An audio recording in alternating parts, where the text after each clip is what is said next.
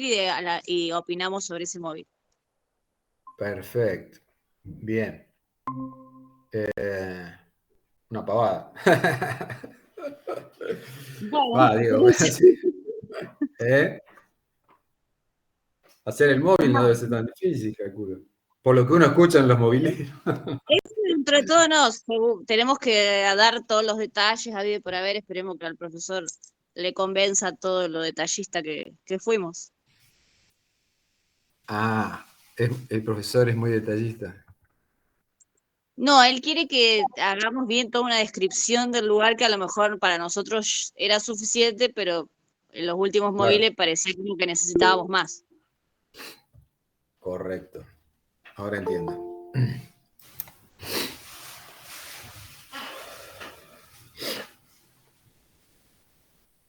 Ahora, cuando ustedes se reciban, vamos a ser colegas, porque hace poco me dieron el carnet de periodista. Muy bien. ¿Usted Estoy qué agrandado. profesión tiene? ¿Eh? ¿Usted que es profesor solamente de ciencias políticas o también tiene otra profesión? Yo soy filósofo. Y Ah, también, no sabía. pero me dediqué mucho a la filosofía política y a las ciencias políticas, y entonces desde hace varios años que hago columnas de opinión sobre temas de política internacional, política nacional, Ah, qué bien. y en distintos medios. Donde tengo más una columna más permanente es acá en la FM Cultura, los jueves a la mañana, a las 10:30 en general. A veces por ahí, por algún motivo, si no puedo, no la hago, pero casi todos los jueves a las 10:30 estoy en la FM Cultura, Ah, 94.3. qué interesante, bien, no Sí, sabía. sí, sí, hace años. Y bueno, nunca se me ocurrió porque yo ya tenía mi profesión docente y en la Asociación de Filosofía y demás. Hasta que Alejandro Brito me dice, pero ¿y por qué no te afiliás al sindicato si estás haciendo periodismo? Le digo, pero no, si yo no, lo hago porque me gusta. Pero... Oh, no, no, dice, hacelo como periodista freelance, ¿no? Independiente. Bueno, fui, llené el formulario, todo, y ya me dieron el carnet, hace poco. Eh, Muy bien, lo felicito. No, lo que pasa es que me endulzó, porque me dice, cuando estaban todavía las restricciones, me dice, bueno, con este carnet vas a poder circular, viajar, qué sé yo. Bueno, le digo, por ahí me empieza a interesar este, algunas ventajas que tiene la prensa, ¿no? Claro, claro. Pero no, fuera de eso, es cierto que estoy haciendo periodismo, y hace varios años que lo hago, incluso he escrito también. Pero la parte escrita más que nada en medios digitales, no en medios en papel, digo. En el Hora Cero, que es un medio que dirige Daniel Dussex, no sé si lo conocía Daniel Dussex, un periodista de acá de Santa Fe, muy, muy interesante, Daniel, muy inteligente. Daniel, ajá, Eh, no. estaba Daniel en Radio Nacional, después cuando asumió el macrismo, bueno, como tantos otros, lo sacaron de Radio Nacional, se quedaron sin laburo, y ahora no sé si lo reincorporaron. Eh, pero bueno, Daniel es director de un medio digital, un diario digital, se llama Hora Cero. Ustedes lo buscan, lo van a encontrar. Y bueno, ahí hice algunas columnas, opiné, hice artículos sobre cuando fueron las elecciones en Colombia, que lo eligieron a Iván Duque, sobre las elecciones en México, cuando lo eligen a AMLO, a López Obrador, también hice un artículo sobre eso. Sobre las elecciones en Paraguay, eligieron al actual presidente Benítez, un artículo. Bueno, siempre en general en temas de política, política internacional, eh, escribo algo, algún análisis. Hola Está bien. Andrea. Le gusta más lo digital. Eh, Mira, me habían ofrecido hace poco, me ofrecieron sacar un artículo en el cohete a la luna y no lo escribí. Hola, ¿cómo anda? Sí, un periodista de acá de Santa Fe que está trabajando ahí con Berbisky. Me dijo, estuvimos charlando, tomando un café y hablamos de un tema, de un panel que yo había integrado, sobre un tema de la integración regional, el Mercosur y todo eso. Y me dice, pero sobre eso podemos hacer una nota. Y la publicamos en el Cohete a la Luna. Me dijo este periodista que estaba trabajando con Berbisky y saca notas siempre en el Cohete a la Luna y también en Pausa. Y trabaja también para Aire de Santa Fe. Un amigo. Y le digo, bueno, por ahí armo algo. Y me dice, vos mandame, yo le doy forma periodística. Le digo, no, yo sé armar un artículo, pero bueno, al final se me superpusieron muchas cosas y no me senté, viste que te tenés que sentar tranquilo para hacer un artículo, te lleva un rato, no es que lo hacen 2 minutos. Sí, sí. Sí, además, dato que ponés lo tenés que haber chequeado, o sea, no podés decir Claro, tonterías, sí, digamos. todo Por lo fundado. menos yo me lo tomo en serio. Yo me lo tomo en serio, trato de fundamentarme, no escribo cualquier cosa como alguno, pero al final no se lo mandé y ahí quedó. Pero bueno, algún día le voy a mandar. En realidad porque si bien me interesa el periodismo, lo mío, lo mío, lo que más me apasiona, pasa más por el debate de ideas, la filosofía, la filosofía política y esas cosas. El pensamiento latinoamericano, yo también soy profesor de filosofía argentina y latinoamericana. Entonces, eso es lo que más me apasiona y lo que le dedico más tiempo. Pero el periodismo es algo lindo. Lo que pasa es que para el periodismo tenés como que buscar un registro más accesible para un público más amplio. Cuando uno viene de una formación como la filosófica, por ahí cuesta esa bajada, porque la filosofía es muy de trabajar con categorías y conceptos muy precisos, ¿no es cierto? Entonces, este, la primera vez que fui a la radio, Nicolás Rojo me dice que él, uno de los conductores del programa de la FM, dice, no, la verdad que comunicás bien, me dijo, porque se ve que pensaba que porque yo era profesor de filosofía, no sé, iba a decir algo incomprensible, qué sé yo. Sí, prejuicioso. Y claro, no, pero en parte tiene razón, porque yo conozco mucho a la gente de la academia, ¿no? Y toda esa erudición, viste, las citas, que ellos hacen unas cosas que son indigeribles, que hasta a mí me resultan pesadas de leer, ¿no es cierto? Muy farragosas, viste. Entonces, de alguna manera siempre critiqué el academicismo yo, y por eso a lo mejor no me resulta tan difícil bajar un poco a un lenguaje más coloquial. Pero hay docentes de filosofía que solamente hablan para 10 tipos, que son los que van a los congresos de filosofía. A mí eso siempre me pareció muy mal, pero bueno, es la academia, el academicismo, que es una deformación en realidad. Es una deformación de la hiperespecialización, digamos, ¿no? Bueno, creo que más o menos, supongo que alguien más se va a sumar en un ratito, pero va a ir arrancando. Bueno, está Jessica, que me mandó el trabajo con tardanza, pero no importa, se lo voy a corregir igual. Paulina, Vanessa está, Micaela, Andrea, Maca, Pilar, y acá, vamos más. Bien. Eh, falta alguno. Profe, ¿ese trabajo Ya contaba están como más o un menos. parcial? ¿Contaba con qué? Si contaba como un parcial. No te escuché. ¿No se escucha ahí? No, creo que usted, profe, se está tildando. Sí, usted, profesor, porque Vos, ahí se le situaciones. fue la imagen y Sí, ahora. ahí escuché. Mm, bueno, esperemos que vuelva. ¿Ahora me escuchan? Sí, ahora Y ahí sí. sí, profe. Ahora se lo ve y se lo escucha. Bueno, a ver, ese trabajo era para ir definiendo situaciones respecto de la posibilidad de promocionar la materia, ¿sí? yo les dije la promoción, recién al final lo determino, lo decido, porque yo voy viendo el camino que vamos haciendo.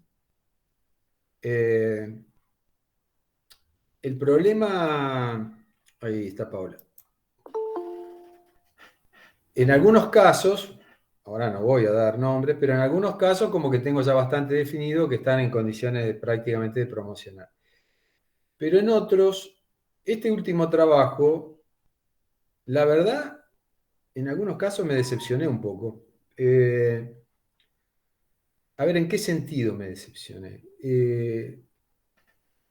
Un poco, yo creo que durante el año, por lo menos les propuse algunos textos de autores reconocidos, de intelectuales importantes, sociólogos, politólogos, filósofos, etcétera, para tratar de poder conceptualizar ciertas cuestiones relativas a de qué se trata la política, cómo funciona, cuál es el sentido de lo político en la vida democrática, etcétera. Con todos sus problemas, por supuesto, que son muchos y ya lo saben.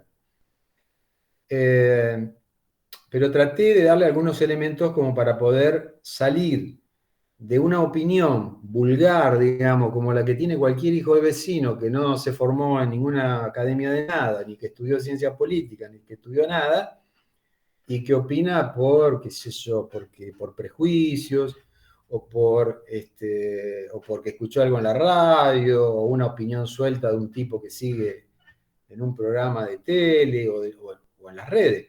Entonces, yo creo que ustedes ya son alumnos y alumnas de segundo año de comunicación social, entonces, si fueran de primero, bueno, uno es un poco más elástico en algunas cuestiones y más paciente, digamos. Pero ya son de segundo y casi al final del año.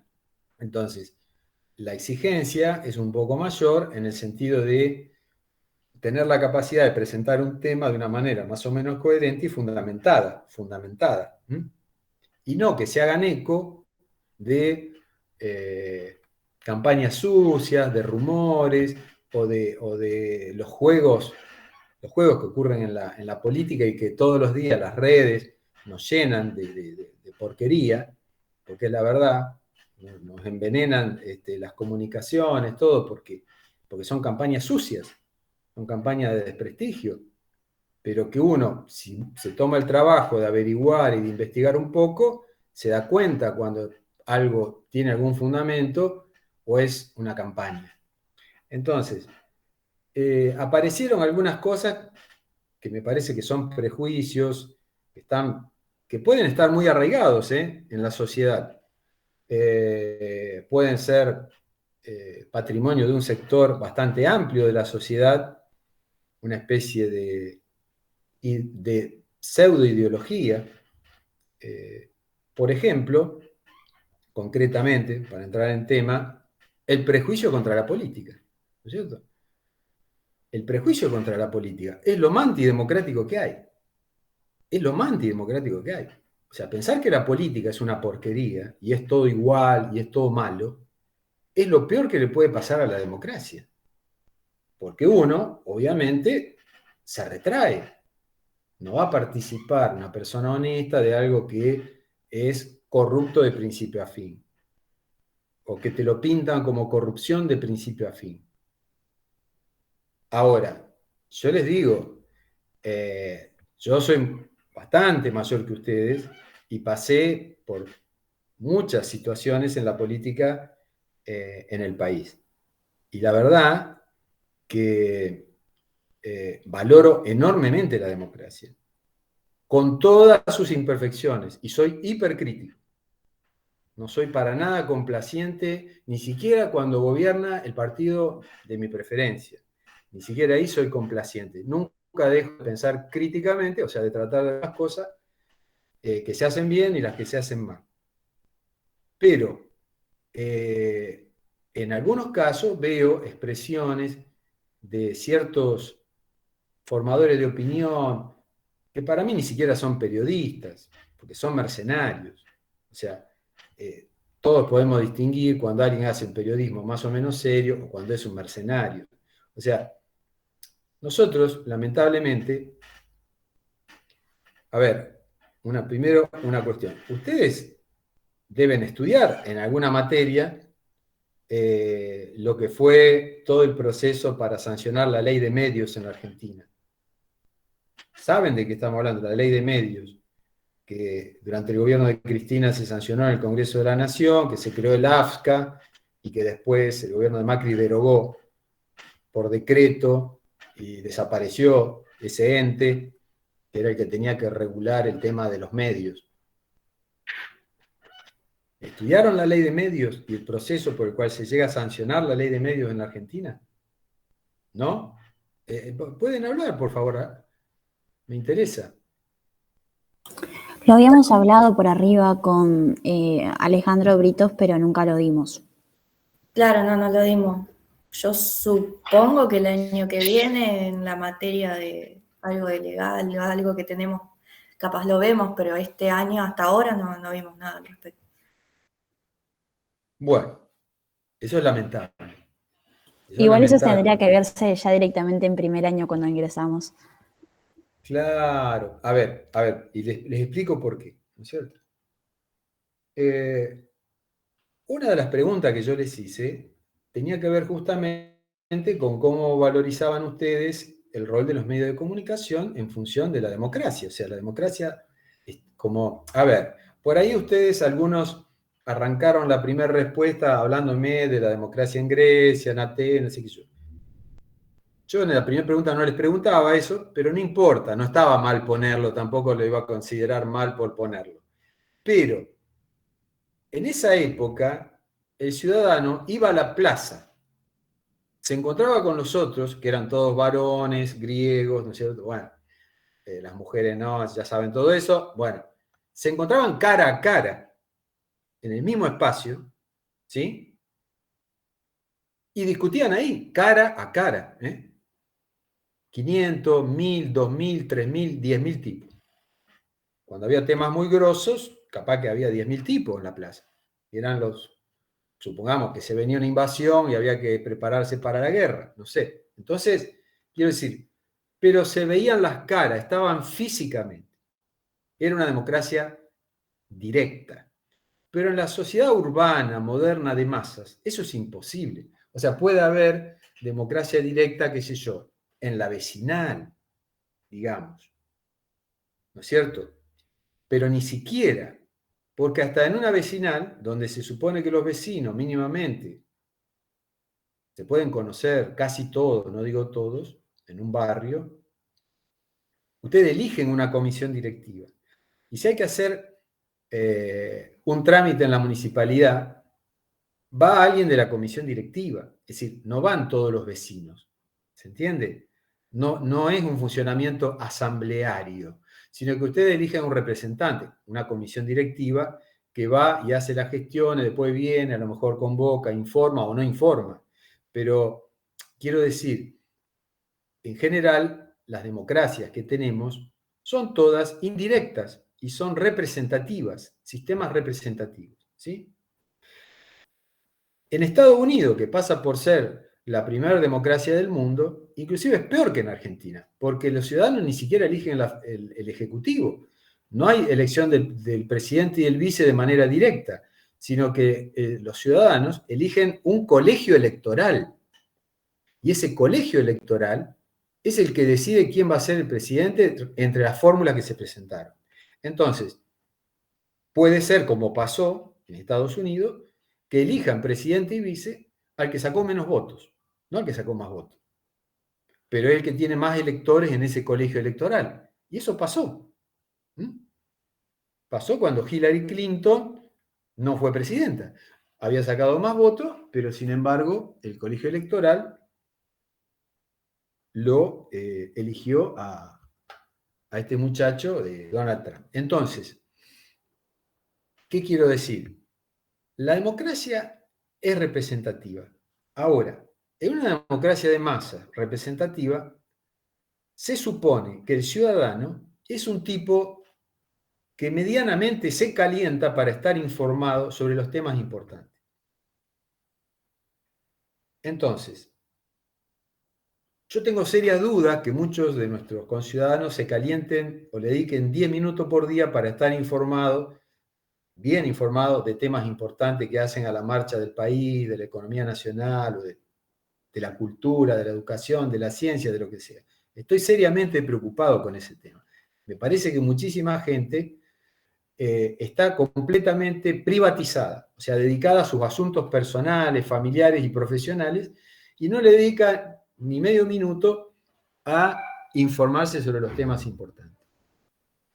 Entonces, el problema es que cuando un ciudadano está desinformado, y bueno, viste, por ahí podés meter la pata, ¿no es cierto? Entonces, eso es una cuestión fundamental. Ahora, la otra cuestión, porque una cosa es estar informado, ¿sí? Y otra cosa es estar formado. ¿Ven la diferencia? Una cosa es estar informado y otra cosa es estar formado. ¿Ustedes se consideran que están formados en el sentido de tener una estructura, digamos, sólida como para poder analizar la realidad, deslindar lo que es verdadero de lo que es falso, lo que es carne podrida, etcétera, y más o menos decidir de manera inteligente y coherente, o más o menos? ¿Cómo se autoevalúan? Formados, estar formados.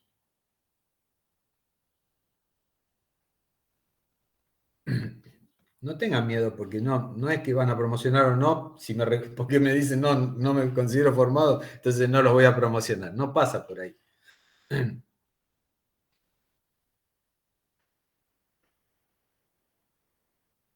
¿Eh?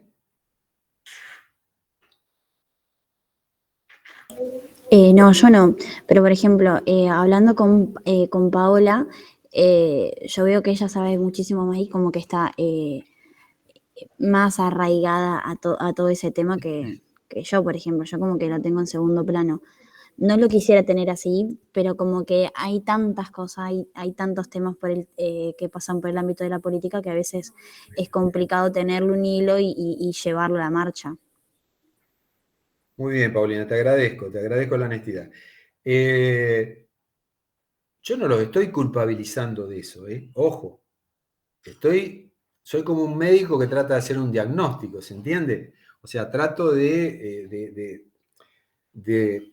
reflexionar un poco en base a, bueno, a lo que veo, al proceso, a los resultados, etcétera, para tratar de que este proceso de aprendizaje, de enseñanza-aprendizaje, que también es un proceso formativo para ustedes, por lo menos deberían tomarlo así, no como una materia que hay que sacar, sino como algo que puede contribuir a su formación para toda la vida, de aquí en adelante, que es mucho lo que tienen por delante, sea lo más fructífero posible.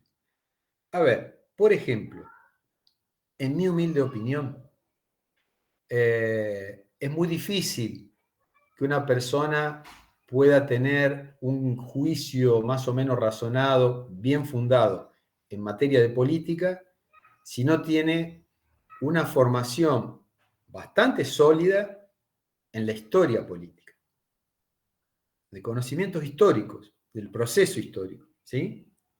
Porque muchas de las cosas que vivimos en la actualidad, muchas de las instituciones que nos rigen, ¿sí? El sistema normativo de la Constitución Nacional, pero también los partidos políticos, los que son actores hoy, las instituciones, por ejemplo, la sociedad rural, una institución muy poderosa en la Argentina, ¿no es cierto? Bueno, yo tengo acá un libro de un historiador excelente, que es La historia de la sociedad rural. O sea, desde que la fundaron 60 estancieros de la provincia de Buenos Aires, ¿no es cierto? En el siglo XIX. Entonces, ¿qué quiero decir?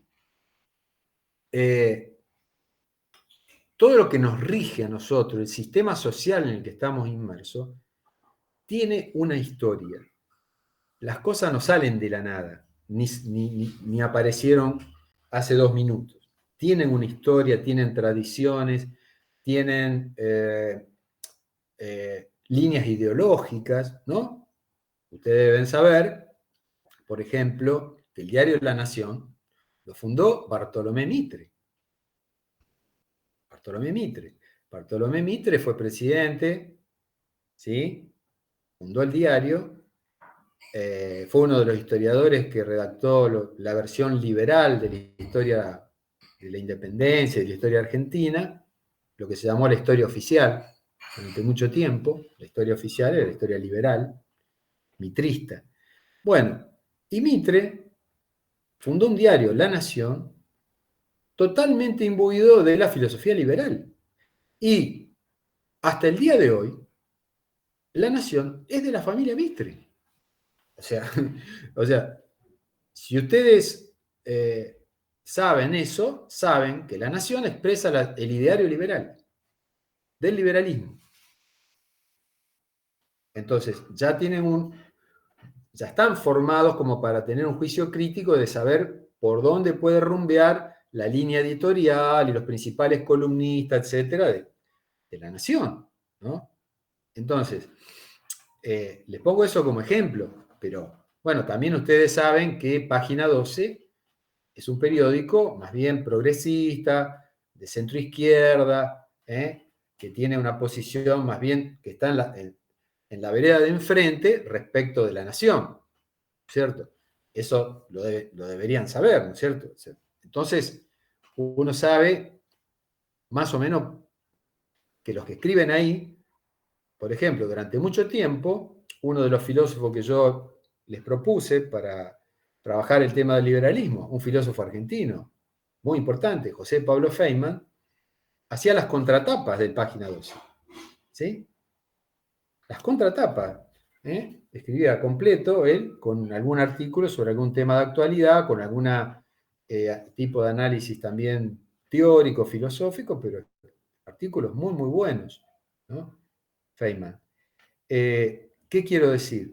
Obviamente, un periódico más bien de una línea popular o populista de centro izquierda, como el Página 12, no iba a poner en la contratapa un artículo de Longobardi, una columna de Leuco, ¿no es cierto? ¿Quiénes escriben ahí? Y bueno, tipos que tienen ese perfil, de centro izquierda, progresista, etc. ¿Se entiende? O sea, no es casual, hay una línea filosófica, hay una línea editorial, que también reflejan, por supuesto, ciertos intereses, por supuesto. Entonces, lo que yo digo, lo que me preocupo es en algunos trabajos que me parece que es como si yo no les hubiera dado durante el año los textos que les di o no los hubieran trabajado a conciencia. Les pido perdón a los que no les corresponda esta observación, porque sé que estoy generalizando, pero no quiero hacer nombres propios. Pero, digamos, en algunos casos uno ve progresos en el sentido de un trabajo mejor armado, con buena síntesis, con buena selección de los contenidos, y en otros ve como un corte y pega, ¿no? O sea, algo más fragmentario, que no está bien hilvanado, o sea, como un trabajo así, que no tiene tanta consistencia ni coherencia, pero lo peor, en algunos casos, como les decía, es que aparecen opiniones que, más que opiniones desde un punto de vista de un análisis de las ciencias sociales, son prejuicios. ¿Mm? Son prejuicios. O son, como digo, operaciones de campañas sucias. Entonces eso me preocupa, porque ustedes van a ser periodistas. A ver, si ustedes estuvieran estudiando, no sé, para ser gourmet, bueno, qué sé yo, no me calentaría tanto. Pero ustedes van a ser comunicadores, periodistas. Entonces se supone que saben distinguir lo que es carne podrida de lo que es buena información. Eso me preocupa. Entonces, la ley de medios la tendrían que ver desde el primer año, porque la ley de medios fue un reclamo de la sociedad, no fue una idea de un partido. Es decir, se formó un gran, digamos, grupo, una agrupación de entidades de todo tipo que se llamó Coalición por una Radiodifusión Democrática, ¿no? Esa coalición agrupaba radios comunitarias, medios del interior, pequeñas publicaciones, cooperativas, etc. En general, todo lo que no era los 2 o 3 grandes grupos de medios que hay en la Argentina, el Grupo América, el Grupo Clarín y el Grupo Octubre. Hay 3 grupos empresariales que dominan las comunicaciones en la Argentina, pero uno domina más que los otros, que es el Grupo Clarín. Clarín es el 70% de las comunicaciones de la Argentina, fácil, porque no es Clarín nomás, ¿no? El Grupo Clarín también es dueño de la mayoría de los grandes medios de las provincias. O sea, el diario La Voz del Interior de Córdoba es del Grupo Clarín. El diario Los Andes, que es el principal medio de Mendoza y de Cuyo, es del Grupo Clarín. El diario El Litoral de Santa Fe, ¿sí?, es socio de Clarín en la planta impresora donde imprimen acá en el Parque Industrial de Sauce Viejo, El Litoral. Esa planta la pusieron Clarín y El Litoral, son socios. Canal 13 es del Grupo Clarín y tienen también TN. Entonces, pero además tienen el cable. Entonces, Y el 4G ahora. claro, y el 4G y qué sé yo cuánto más. Es decir, y tienen Radio Mitre y Cadena 3. Bueno, entonces, es casi un cuasi monopolio. Eso es pésimo para la democracia. No importa la ideología que tengan los empresarios y accionistas del Grupo Clarín. En cualquier ideología que tengan, es pésimo y está contraindicado en cualquier sistema democrático que haya tal concentración de propiedad, de la propiedad de los medios de comunicación en diferentes soportes, en un puñado de accionistas. En Europa, por ejemplo, si vos sos dueño de un canal importante de televisión, no podés tener un medio gráfico, no podés tener un diario importante. O tenés Clarín o tenés Canal 13, TN, etc. O sea, no podés tener la televisión y también los medios gráficos, ¿se entiende? O lo uno o lo otro. Entonces, de alguna manera, se busca que haya diferentes voces, diferentes sectores que puedan expresarse. Bueno, en la Argentina, lamentablemente, y eso tuvo mucho que ver la dictadura militar, porque durante la dictadura militar, un grupo de grandes diarios, fundamentalmente Clarín, pero también La Nación, al dueño de un diario que había en aquella época que se llamaba La Razón, lo quisieron hacer parte de esa matufia, pero no aceptó. El tipo tuvo ética, no aceptó. En la época de los milicos, ¿qué hicieron? Secuestraron, torturaron, apretaron, amenazaron a los dueños de Papel Prensa, que es la única fábrica de papel de diario que hay en la Argentina, la única, hay una sola, Papel Prensa, papel para diario. Era de la familia Greiber. Bueno, entonces la dictadura militar presionaron a la familia de todas formas, hasta hubo casos de torturas y demás, hasta que hicieron figurar una venta de papel prensa a un grupo de grandes medios, fundamentalmente Clarín. Entonces, a partir de ese momento, el grupo Clarín tuvo el monopolio del papel para diario. ¿Qué significaba eso?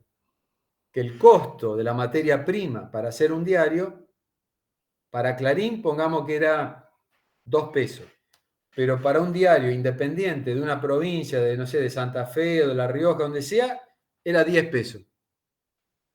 Entonces los tipos no podían competir, no podían sobrevivir.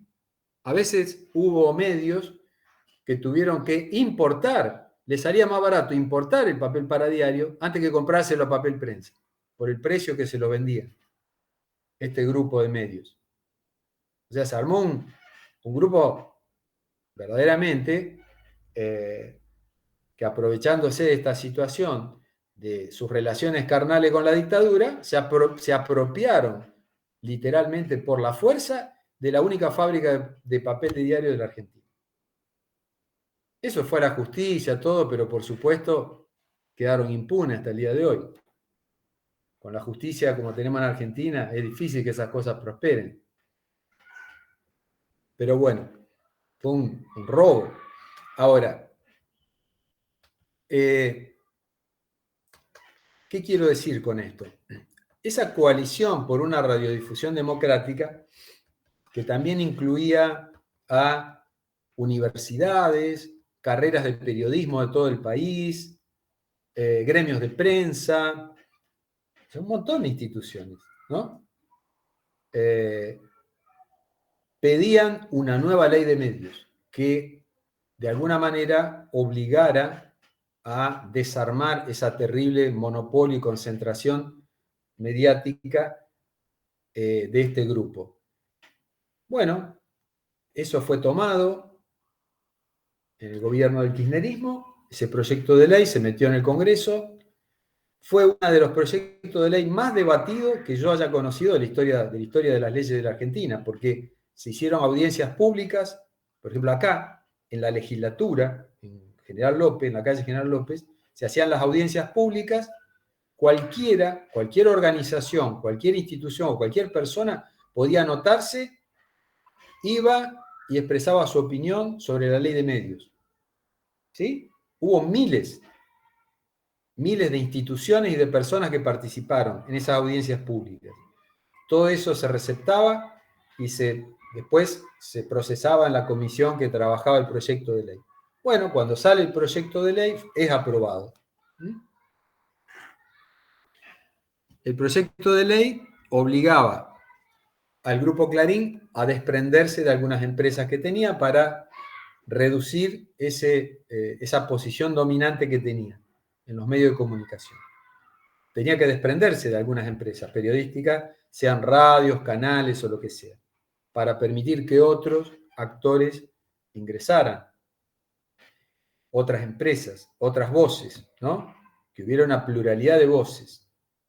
Bueno, había límites, eso estaba regulado en la ley de medios.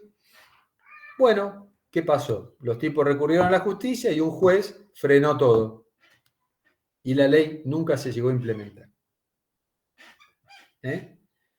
Así que ahí tenemos lo que es el poder real en la Argentina, ¿no?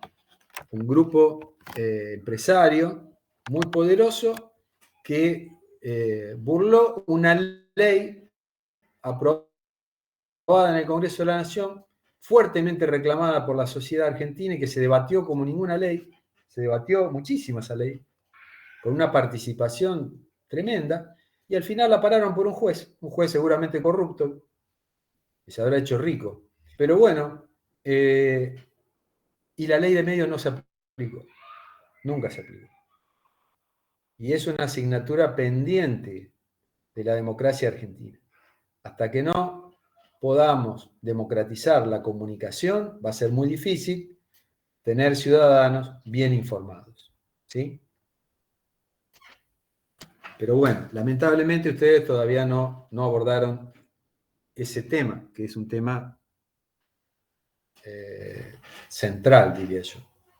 Porque, a ver, algunos de ustedes me pusieron que los jóvenes se informan por las redes y que se informan por Twitter.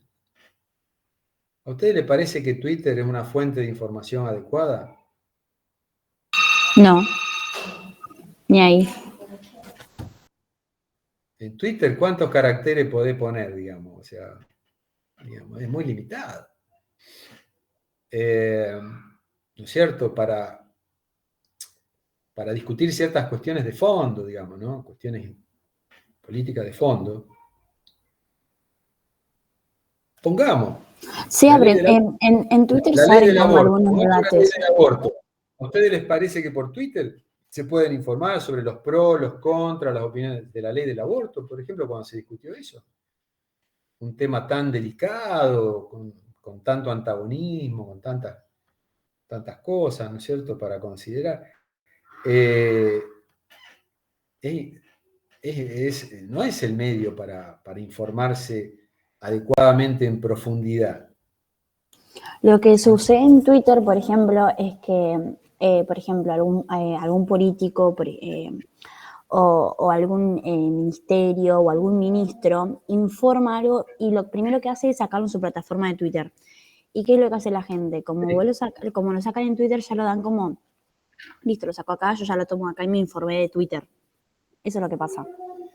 Sí, pero yo sé lo que publican en Twitter, porque también después lo que publican en Twitter lo sacan en la televisión, digamos la verdad, o sea, en los programas, y te muestran el hilo de tweets. Pero, claro, capaz que se referían a eso, a vos leer un hilo de tweet, a que vos te informás en ese hilo, seguramente. Bueno, correcto, pero eso puede ser un disparador, un punto de partida, pero después tenés que investigar un poco. A ver, no sé, supongamos que... Yo, por ejemplo, particularmente, cuando me entero noticias así, me entero por Instagram. Y sigo la mayoría de los portales, la mayoría de los diarios y noticieros importantes, pero siempre a mí se me da por ir a Google a buscar, o sea, a ir a la plataforma de ellos, en vez de ver la historia que suben. A ver, todo depende, ¿no es cierto? Puede haber algún tema que ustedes ya manejan o tienen una formación adecuada, pero supongamos que nosotros tuvimos un tema central para nosotros y para el país, que es el tema de la hidrovía, lo que algunos llaman la hidrovía, que otros discuten que se pueda llamar hidrovía. O sea, ¿saben de qué se trata la hidrovía?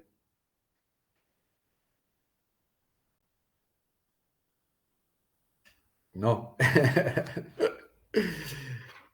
La hidrovía, bueno, es todo el sistema del Paraná, Río de la Plata, hasta el Paraguay, que es el río, digamos, es una vía navegable, o sea, es un canal por donde circula, por donde sale el 70% o el 80% de las exportaciones de la Argentina, donde también sale las exportaciones del Paraguay, una parte de las exportaciones de Bolivia, por los puertos que hay sobre el Paraná, ¿sí? O sea, es una vía de comunicaciones y una vía comercial fundamentalísima para la Argentina.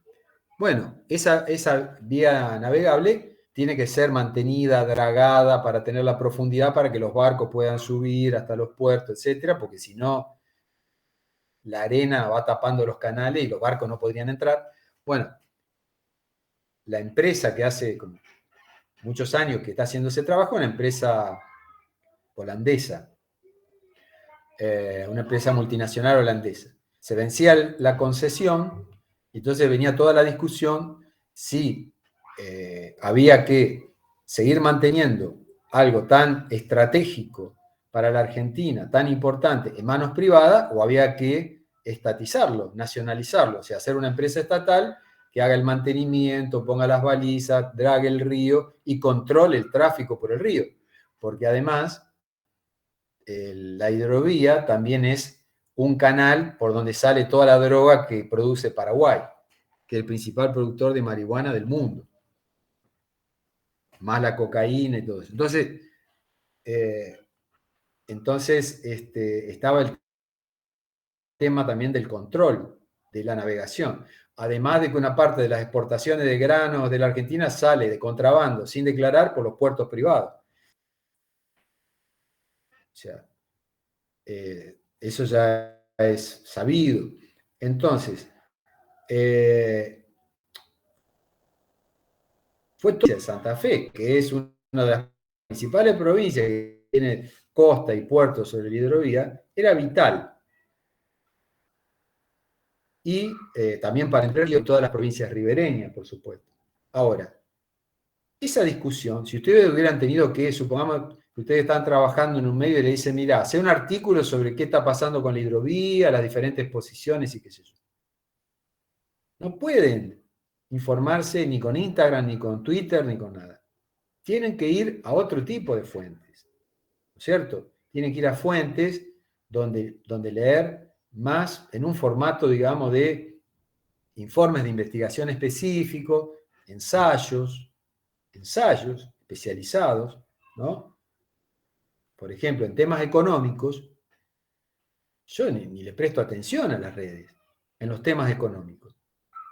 Yo voy y me fijo en los sitios, digamos, del Banco Mundial, del Fondo Monetario Internacional, del Ministerio de Economía o del Banco Central de la Argentina. Esas son las fuentes. O en las universidades, por ejemplo, en la Universidad de Buenos Aires, en la Facultad de Ciencias Económicas, hay un grupo de investigadores del CONICET, son profesores de Ciencia Económica, muy bueno, que es el grupo Fénix. En una época era liderado por un gran economista argentino que ya falleció, que se llamaba Aldo Ferrer. Bueno, el grupo Fénix es un grupo de economistas muy importantes. No son neoliberales, tienen una postura más, digamos, contraria al neoliberalismo. Aldo Ferrer era contrario al neoliberalismo. Y por eso yo siempre estoy al tanto de lo que ellos van produciendo. Pero ellos producen informes de coyuntura específicos, ¿no? Sobre el comercio exterior, sobre la evolución del empleo, sobre la inflación, sobre qué sé yo, sobre la deuda. Son tipos serios, son científicos. Ahora, ustedes no pueden informarse, aunque sean periodistas y no sean economistas, para tratar un tema de cierta naturaleza, en las redes. Tienen que tener fuentes más serias. Profe, yo Sí. creo que también las cosas están dadas para que la política ahora sea más mediático que otra cosa, porque, por ejemplo, ¿por qué todas esas cosas que menciona no son comunicadas con la misma importancia que fue comunicado, no sé, la reunión de Alberto con Elegante, por ejemplo? Entonces, como que se selecciona ciertas acciones de la política, pero lo mediático, digamos. Pero también creo que el problema está en que los políticos se prestan también para las cosas mediáticas. Totalmente de acuerdo. Es que es lo que está moviendo el mundo. Lo mediático está moviendo el mundo. Las redes Totalmente de sociales acuerdo están con moviendo vos. el mundo. Bueno, a ver, paremos un poquito. Es como que el presidente va y tira tweets. La vez pasada se defendió en Twitter por lo que había, por la supuesta carta de Cristina y los audios de Vallejo. Él se defendió en Twitter, o sea, no es que salió a dar un discurso No, bueno, o algo, fue a la red social. Está bien. Una cosa, otra cosa. A ver, los políticos hoy en día, yo les di un trabajo de Abal Medina, de un libro de Abal Medina, lo tengo acá atrás, sobre la crisis de la representación política, ¿cierto? Y en ese libro habla, los políticos cambiaron porque cambió la sociedad también. O sea, no es que porque ustedes hacen una operación que para mí está inducida, porque es el discurso justamente de demonizar a la política, y en realidad las responsabilidades son compartidas, ¿no es cierto? ¿Por qué? Porque yo les explicaba recién que un montón de ciudadanos, entre comillas, no adoptan el compromiso, digamos, cívico que debería tener un ciudadano, todo ciudadano, ¿no es cierto? Que es preocuparse por participar, estar informado y demás.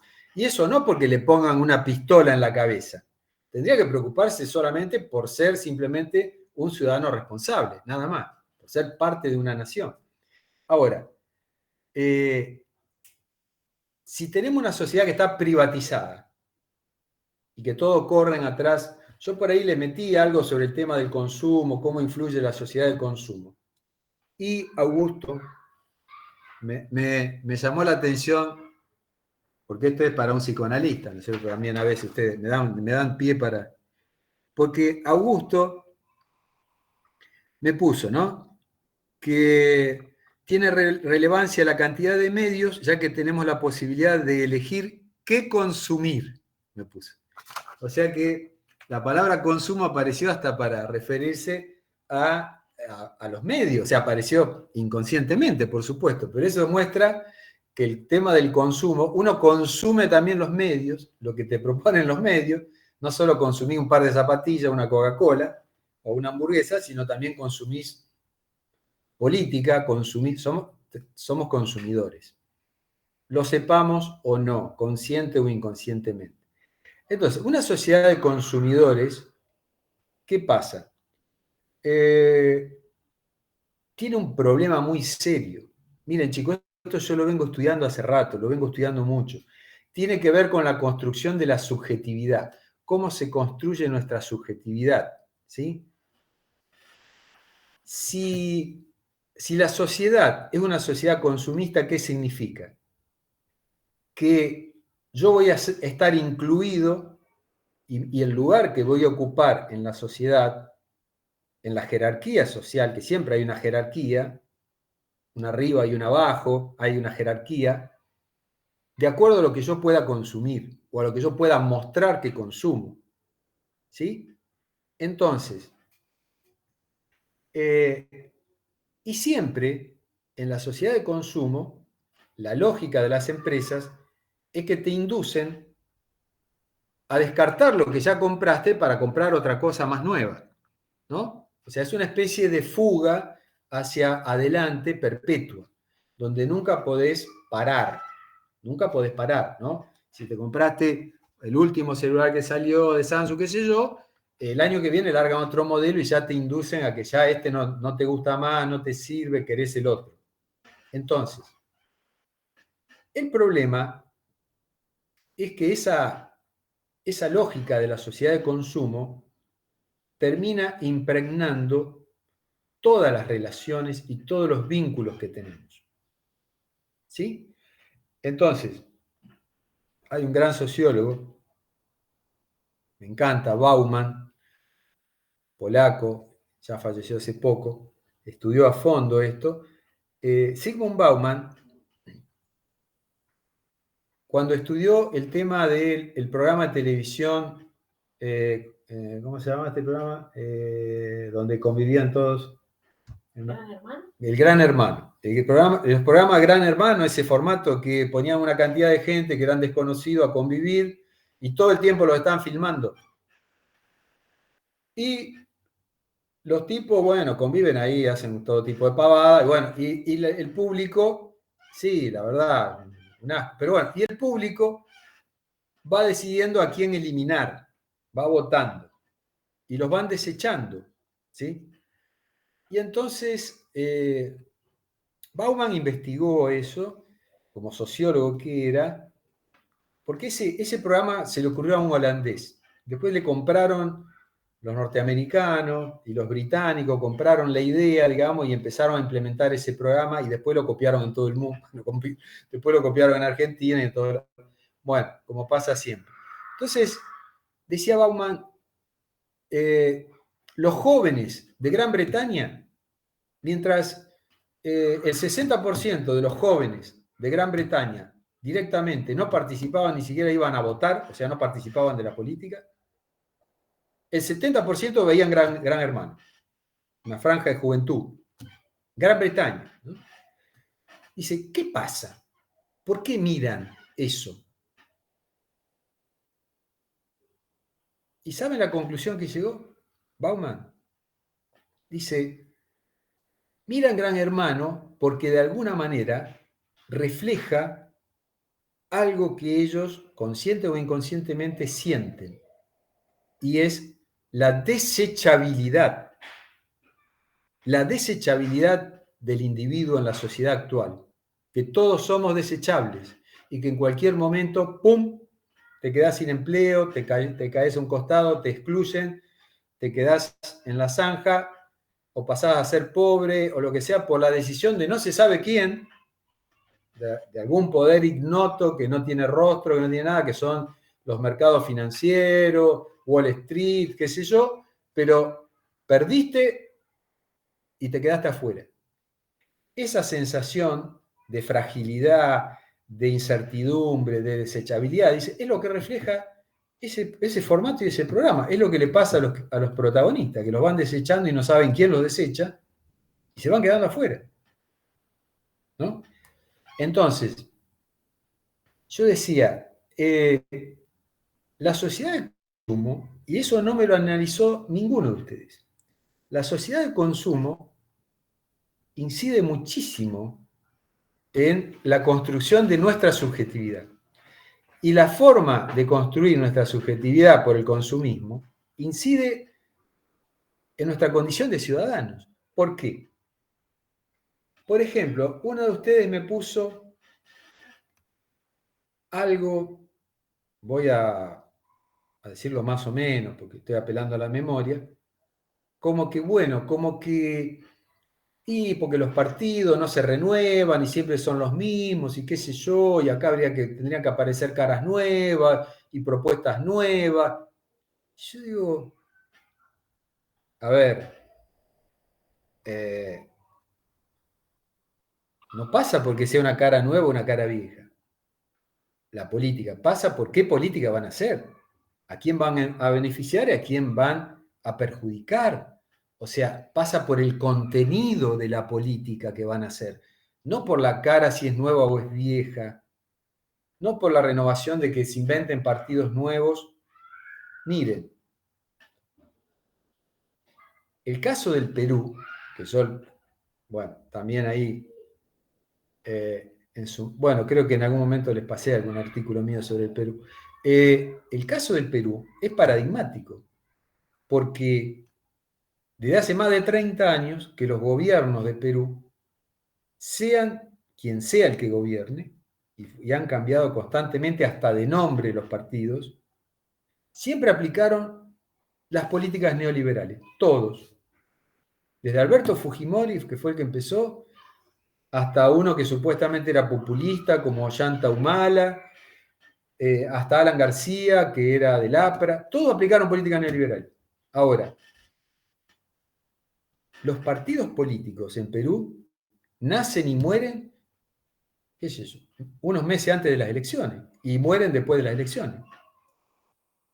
O sea, hay una renovación constante. La gente tiene un mareo que no entiende nada. Los nombres de los partidos son nombres de fantasía. Partido Morado, partido, no sé, 7 Estrellas, son una risa. Dejaban su ideología. Era Partido Liberal, Partido Conservador, Partido Socialista, Partido Comunista. Pero ahora son Partido Todos Podemos, Partido Juntos por no sé qué, Partido Unidos para no sé cuánto. ¿Qué es eso? A ver, ¿qué quiero decir? Lo que importa es el contenido de las políticas. No importa los nombres de los partidos, las alianzas que hacen, las coaliciones que cambian. Los políticos han caído de alguna manera. Profe, Sí, es que se está sí. viendo eso, o sea, los políticos que saltaron ahora, están todos Pero como está dice bien, Andrea, coincido con en la ustedes. parte mediática. Están como, fíjate, por ejemplo, el otro día hablamos con Pau, Carolina Lozada, periodista, salió del ámbito de estar enfrente de una cámara, de Sí, ser sí. mediática, a pasar a ser una política, o sea, de tener una postura política, o sea, ser una persona que se respete desde ese punto de vista y no que se la reconozca como, ay, es Carolina Lozada, la de la tele. O sea, Totalmente, sí, sí. ¿entendés? ¿Se entiende? No, pero bueno, Lewandowski también, él salió del periodista deportivo, ¿no es cierto?, de candidato a senador. O sea, en todos los partidos pasa eso y siempre se está midiendo. Ahora, bueno, pero Abal Medina hablaba de eso, explicaba cómo en la democracia actual, que cada vez tiene menos de democracia, en mi opinión.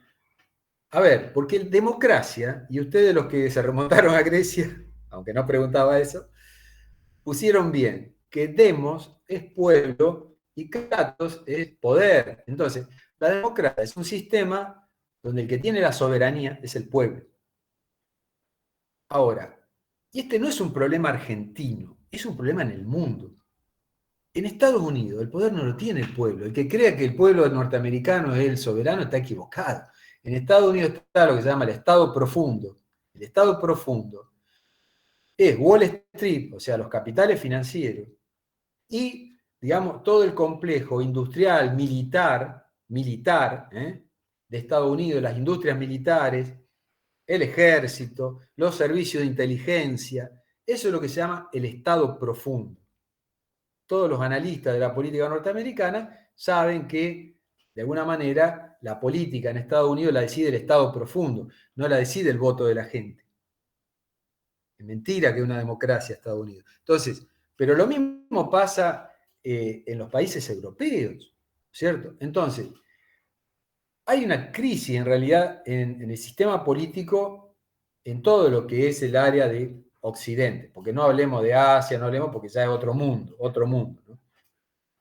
China, Rusia, qué sé yo, eso ya es otra cosa, tendríamos que hablar de otra cosa. Pero digamos lo que es Europa, América, más o menos que tenemos supuestamente la misma tradición, con las diferencias del caso, por supuesto, hay una crisis fenomenal del sistema político, en todos, absolutamente en todos lados. En todos lados. O sea, no es un problema estrictamente argentino, es un problema general. ¿Pero por qué es un problema general? Porque mientras la política sigue siendo local, escuchen esto, la política sigue siendo local, o sea, ¿quiénes eligen el presidente, la vice, los diputados, los senadores? Los habitantes de la República Argentina, o sea, los que habitamos el territorio argentino. O sea, la política está localizada. Solo nosotros votamos, los argentinos. Pero después, cuando son electos, los gobiernos tienen que lidiar con poderes que no son locales, que son globales. Los fondos de inversión, que manejan más recursos que los presupuestos de muchos países, como BlackRock y todos esos fondos de inversión poderosísimos que hay en el mundo, se mueven a nivel global, ¿no es cierto? Los grandes bancos se mueven a nivel mundial. Las grandes corporaciones empresarias se mueven a nivel global. Estaba mirando. En Italia, ojo, que es un país industrializado, europeo, el norte de Italia tiene un nivel de vida comparable al de Francia, al de Alemania, porque Milán, Turín, Bolonia, Florencia, es Europa en su mayor expresión, no así el sur, ¿no es cierto? Pero en Italia, más del 40% de los jóvenes está en edad de trabajar, está desempleado. Desde hace años es estructural el desempleo. ¿Y por qué están desempleados? Porque los industriales, los inversores de las industrias del norte de Italia, cuando se cayó el comunismo, trasladaron las fábricas a los países del este de Europa, a Rumania, Bulgaria, Polonia, donde los salarios eran 3-4 veces menores que los salarios de un obrero italiano, donde no había regulaciones ambientales, o sea que pueden contaminar tranquilamente, tirar los desechos en cualquier lado, etcétera, etcétera, etcétera. Lo mismo pasa en Alemania. Volkswagen, la fábrica de automóviles, una de las más grandes del mundo, tiene más fábricas en China que en Alemania. En China. Tiene una alianza estratégica Alemania con China. Ahora, ¿cómo hace un gobierno para enfrentar el tema del desempleo cuando tiene que afrontar una pulseada con estos poderes, con estas empresas tan poderosas, que están en todo el mundo y que van donde les conviene? ¿No? Es muy complicado el tema. Muy complicado. Va más allá de las buenas o malas intenciones o de la buena o mala voluntad de un gobierno, ¿no? Entonces, si nosotros no somos conscientes de esta problemática, no vamos a ver por qué la crisis de la política. Nosotros muchas veces responsabilizamos a los políticos de cosas que hay que responsabilizar. al capitalismo, a la lógica capitalista. O sea, la lógica capitalista es maximizar la ganancia. El dios del capitalismo es la ganancia. No es el empleo, ni el salario justo, ni las vacaciones pagas. Entonces, si en Argentina hay muchas regulaciones laborales, muchos derechos laborales, indemnización por despido y todo eso, gracias a Dios, ¿qué van a hacer? No, me voy a la India, me voy a China, me voy a Brasil, no sé, me voy a México, donde, como hicieron muchas empresas norteamericanas, que se instalaron en México, para abastecer al mercado de Estados Unidos. Entonces, estos fenómenos hay que entender, porque esto va más allá de la voluntad de un partido político.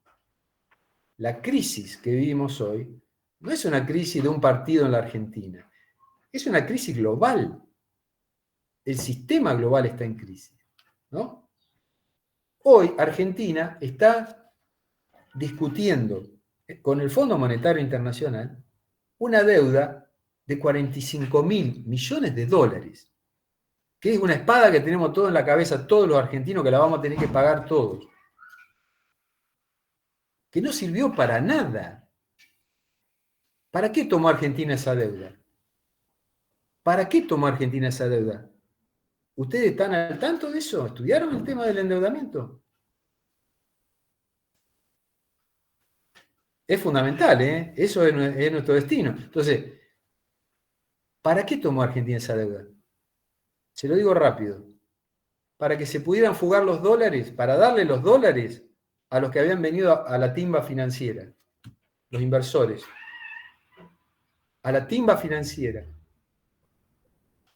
No sirvieron para nada, no se hizo un hospital, una escuela, nada con esos dólares. Así como entraban, se iban. Se fugaron todo. A la Argentina la saquearon. Ahora, eso es lo que explica la crisis de la política. ¿Por qué un gobierno no puede frenar eso? ¿Por qué no puede investigar esas matufias y denunciarlas? ¿Por qué somos tan débiles frente a esos poderes? ¿No? Hay una auditoría del Banco Central de la Nación Argentina que cuenta cómo se robaron todos los miles de millones de dólares del Fondo Monetario Internacional y los fugaron todos. Está la auditoría, es lapidario el informe, ¿eh? Ustedes pueden también acceder a esa información. Pero no se discute eso en la televisión. Por supuesto que en Twitter no se va a discutir un tema tan grosso, pero quiero decir, eso es lo que afecta a nuestras vidas. Eso es lo que hace que no podamos invertir en obras públicas, en crear fuentes de trabajo, etc. La deuda externa de Argentina es impagable. No nos alcanza que juntemos toda la plata para pagarla, ¿sí? Ahora, esa deuda fue creada. ¿Fue creada para qué? Para que se lleven miles de millones de dólares los inversores. Es inversores. Inversores norteamericanos, alemanes, japoneses y argentinos. Algunos argentinos también. Están los nombres, todos. Los fondos de inversión. Algunos hasta eran ministros. Ministros argentinos que generaron un mecanismo para saquear a la Argentina. Qué flores de ministro. Ahora, un ciudadano tiene que saber eso, no puede no saberlo. Para por lo menos hacerle la cruz a ese tipo de por vida. Y si lo ve por la calle, decirle, vos sos un ladrón. ¿Se entiende? Entonces, hay un problema. Hay un problema. La política sigue siendo local, pero se enfrenta con poderes que son globales. Son poderes muy, muy grandes. Poderes financieros y grandes corporaciones industriales que están, digamos, en todo el mundo, ¿no? Y entonces chantajean a los gobiernos. Los chantajean. Dicen, bueno, vos me querés hacer pagar impuestos y qué sé yo. O que... A ver, ¿qué saben del caso Dow, de la planta de Dow en Puerto General San Martín, acá en el sur de la provincia?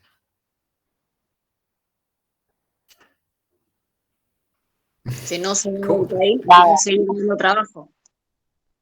Vanessa, ¿cómo, Dow? No, que no No te escuché, cierra, Vanessa. no cierra sus puertas, sigue produciendo. Bien, bien, Vanessa. Bueno, Dow es una empresa multinacional que está instalada en Puerto General San Martín, que es la única en el país que produce poliuretano. Poliuretano es una materia prima básica para un montón de industrias plásticas, usos, etcétera, industriales. ¿Sí? Entonces, ¿qué pasa? ¿Daba pérdida Dow en Argentina? No, no daba pérdida. Pero como tenía otra planta en Brasil que tenía capacidad instalada ociosa por la recesión que hay en Brasil, por las malas políticas de Bolsonaro, decidió cerrar la planta de Argentina y quedaban en la calle 120 trabajadores. Pero además significaba que Argentina iba a tener que importar el poliuretano para su industria, es decir, gastar dólares que no tenemos importando el poliuretano de Brasil. Entonces, bueno, ahí hubo una movida del sindicato, se planteó. Ahora, yo digo, acá hay algo raro. ¿Por qué Dow iba a cerrar la planta de Argentina siendo que daba ganancia? No me cerraba. Me puse a investigar un poco y rápidamente encontré la causa. La causa era, obviamente, que es un monopolio.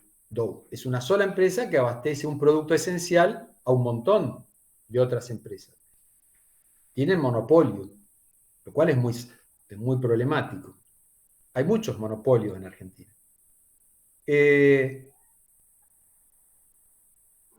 La Comisión de Defensa de la Competencia, ¿sí?, había abierto una investigación contra esta empresa por un incremento exagerado de los precios. ¿Sí? ¿Qué es lo que pasa? Cuando uno tiene un monopolio, en general, ¿qué hace? Pone el precio que se le canta, ¿no es cierto? Cuando uno tiene un monopolio de un producto que es esencial, ¿qué hace? Si vos sos la única fábrica de leche de la Argentina, y bueno, ¿viste? Podés cobrar la leche 100, 200 pesos, 300 pesos, y que la pague el que puede, porque no tenés competencia, ¿se entiende? Entonces, Dow había encarecido esa materia prima, el poliuretano, de una manera excesiva, exagerada, injustificada. Entonces, la Comisión de Defensa de la Competencia la empezó a investigar correctamente, porque eso así generan la inflación. Y entonces los tipos, ¿qué hicieron? ¿Qué hicieron? Amenazaron con cerrar la planta y traer el producto de Brasil. Es un chantaje que le están haciendo al gobierno argentino. Es una apretada. Le tiran encima los 120 trabajadores que quedan en la calle, el sindicato y el desabastecimiento de un producto básico para la industria. Entonces, ¿ven lo que significa la pelea de un gobierno, por ejemplo, en este caso, para controlar la inflación, cuando tenés empresas que son extranjeras, que son multinacionales, que te chantajean y te presionan de todas formas? Es muy complicado el tema. Estos son los temas que importan. Esta es la realidad. No la pelea mediática de las denuncias, que son la mitad son mentiras. Esta es la realidad. Esta es la realidad que nos afecta. La deuda externa, la industria que está extranjerizada y hay muchos monopolios, entonces nos cuesta tanto combatir la inflación y el desempleo. La globalización, que hace que el salario nuestro tenga que competir con el salario de un vietnamita o de un chino. Esos son los problemas que nos tienen que ocupar y preocupar. Porque eso es lo que nos afecta. Entonces,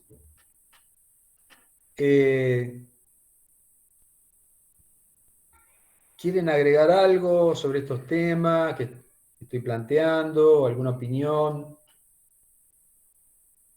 ¿Alguna pregunta?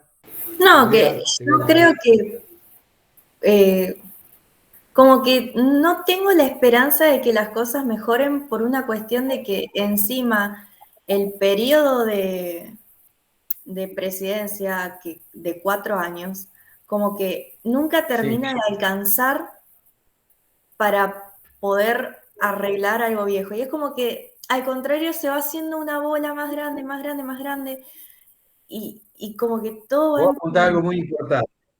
Apuntás algo muy importante, la falta de continuidad de las políticas. Las políticas de Estado, nosotros en Argentina vivimos constantemente marchas y contramarchas. Se avanza en una dirección, viene otro gobierno, cambia todo. Viene el otro, cambia todo. ¿Entendés? Eso es un problema, porque así no podés acumular nada y siempre estás deshaciendo y volviendo a hacer y no funciona así. Tenés que tener ciertas políticas de Estado que se sostengan en el tiempo, ¿cierto? A ver, nosotros tenemos una discusión de fondo en la Argentina, una discusión de fondo que es, si queremos ser un país de extractivismo y valorización financiera, especulación financiera, el modelo de extractivismo y especulación financiera es el modelo chileno. O sea, es un modelo de una economía muy abierta, donde lo único que vamos a venderle al mundo es alimentos, soja básicamente, y minería, vaca muerta, qué sé yo, litio, o sea, minería y soja. Y después, especulación financiera, o sea, ningún control para los capitales, que vengan, que vayan, bueno. Pero ese modelo ya se experimentó y es el modelo chileno. Y ese modelo es imposible que se genere empleo para todos los argentinos que están en edad de laburar. Es un modelo para un país de 15 millones de habitantes. Digamos, todas las actividades extractivas o los modelos de producción o el modelo agropecuario hoy en día tan tecnologizado de la Argentina, no demanda mano de obra. No demanda mano de obra. No es como en la época de mi bisabuelo que cuando vino el campo se levantaba la cosecha a brazo. Necesitaba millones de tipos para levantar la cosecha. Ahora es un tipo con una máquina que hace todo. O sea, el campo explica el 10, el 12% del empleo. El 10 o el 12%. El 70% del empleo en blanco y más o menos bueno de la Argentina es la industria. Y básicamente las pymes. ¿No es cierto? Pero cada vez se fue achicando más. Las fueron cerrando. ¿No? Desde la dictadura para acá las pymes fueron cerrando y cada vez hay menos. Pero por eso está tan concentrada la producción y hay monopolios y grandes multinacionales. El sector pyme se fue debilitando. Pero entonces, un modelo es eso, el extractivista y de valorización financiera, que es el modelo de los neoliberales. Es el modelo de una economía abierta, donde una minoría de la población privilegiada, que son el 1% de los más ricos y el 15 o 20% de una clase media acomodada que tiene conocimientos valiosos en ese modelo, conocimientos financieros, conocimientos bancarios, conocimientos informáticos, tecnologías, son los que ocupan los cargos gerenciales de las empresas, en las grandes empresas, etc. Entonces, ese sector va a estar bien y va a tener un nivel de vida comparable al de los países del primer mundo. Pero ese sector va a ser el 20%. Ponele, mirá, seamos generosos, el 25% de la Argentina. Después va a haber un sector de clase media que la pelea, que va a estar más ahí, a punto de caerse de la clase media, docentes, empleados, pequeños comerciantes, pequeños productores, ¿sí? Bueno, técnicos, periodistas, que van a estar en una clase media que en cualquier momento se cae a la miseria y a la pobreza, y después va a ser un océano de pobres, un océano. Entonces, pobres, indigentes y demás. ¿No? En Perú, que hace más de 30 años viene aplicando el modelo neoliberal, extractivista, Perú que exporta minerales y desde hace un tiempo atrás también petróleo, cobre, plata, que son minerales, algo de pesca, ¿sí? y para de contar. Más del 70% del empleo es precario y en negro. Más del 70% del empleo en Perú es precario y en negro. No lo digo yo, miren la información de la CEPAL, Comisión Económica para América Latina, un organismo de las Naciones Unidas, que sigue toda la economía de América Latina, ¿no? Una pobreza terrible. Entonces, ahora hay en Lima y algunas otras ciudades una clase media acomodada que vive en el barrio de Miraflores y algún otro barrio bien. Después son villas miseria. El 80% de Lima son villas miseria. Entonces, ese es el modelo neoliberal. ¿Se entiende? A ver, pero nosotros ya lo experimentamos, ya lo sabemos. No podemos recaer en eso. Ahora, el tema está en decidirnos a hacer otra cosa, a defender el empleo y el trabajo de los argentinos, a defender un salario digno. Argentina tenía el mejor salario de América Latina hasta no hace mucho. Ahora ya nos caímos, estamos con las devaluaciones y los tarifazos, ya nos caímos otra vez. A ver, devaluaciones, tarifazo e inflación.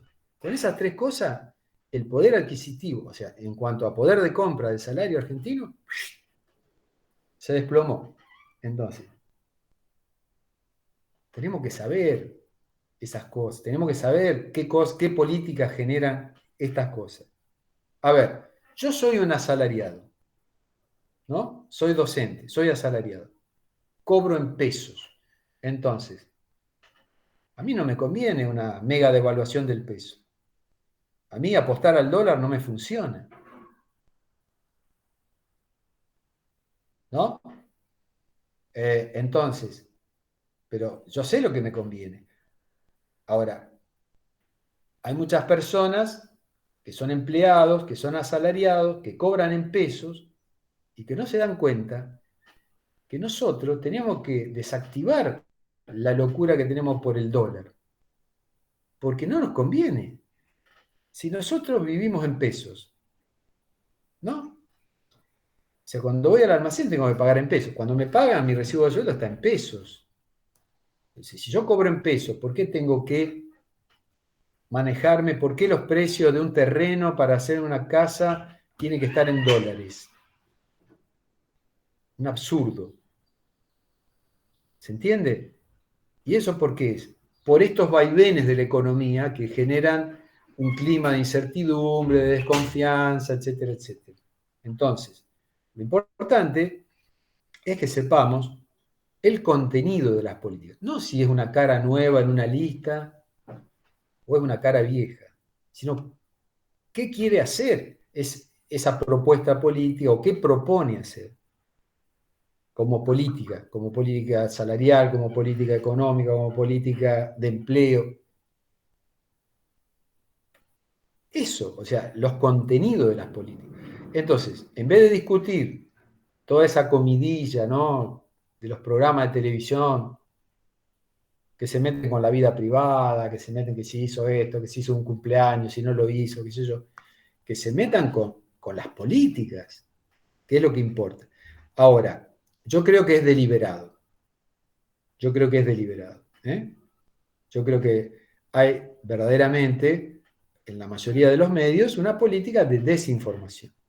Por eso, cuando ustedes contestaron en la parte que tenían que referirse a los medios, pusieron, bueno, los medios informan, educan, qué sé yo, sí, todo fenómeno, pero no me pusieron, también desinforman. También desinforman. Informan y desinforman. A veces informan, a veces desinforman.